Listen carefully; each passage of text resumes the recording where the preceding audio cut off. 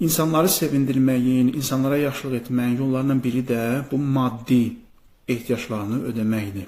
Çünki insan var çətinlikdədir, maddi çətinlikdədir. Sən ona nə qədər zikr öyrətsən də, sən ona nə qədər təqvadan, imandan danışsan da, onun ehtiyacını ödəyə bilməyəcəksən. Çünki o çox dərin bir sıxıntıdadır.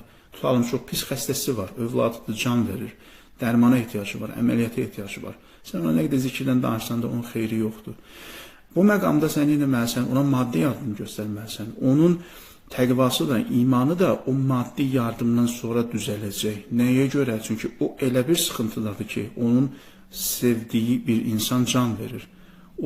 Onun sağalması, onun şifa tapması onun üçün nədir? Ən böyük mənəvi dəstəkdir. Ona görə maddi dəstək, bu da insanın öz axirətini abad etməsi üçün önəmli vasitələrdən biridir. Deməli, zahid kimdir? Zahid o şəxsdir ki, baxmayaq ki, əlində imkanlar var, amma qəlbini, ürəyini, ruhunu o maddi nemətlərə təslim etməyibdir. Var, amma onu nə üçün qazanır? Vermək üçün, paylamaq üçün qazanır. Baxın, bu ikisi fərqlidir. İnsan var, qazanır özü üçün, insan var, qazanır başqaları üçün. Özü üçün qazananla başqaları üçün qazanan iki fərqli zehniyyətdir, iki fərqli düşüncədir, iki fərqli insan tipidir. Ona görə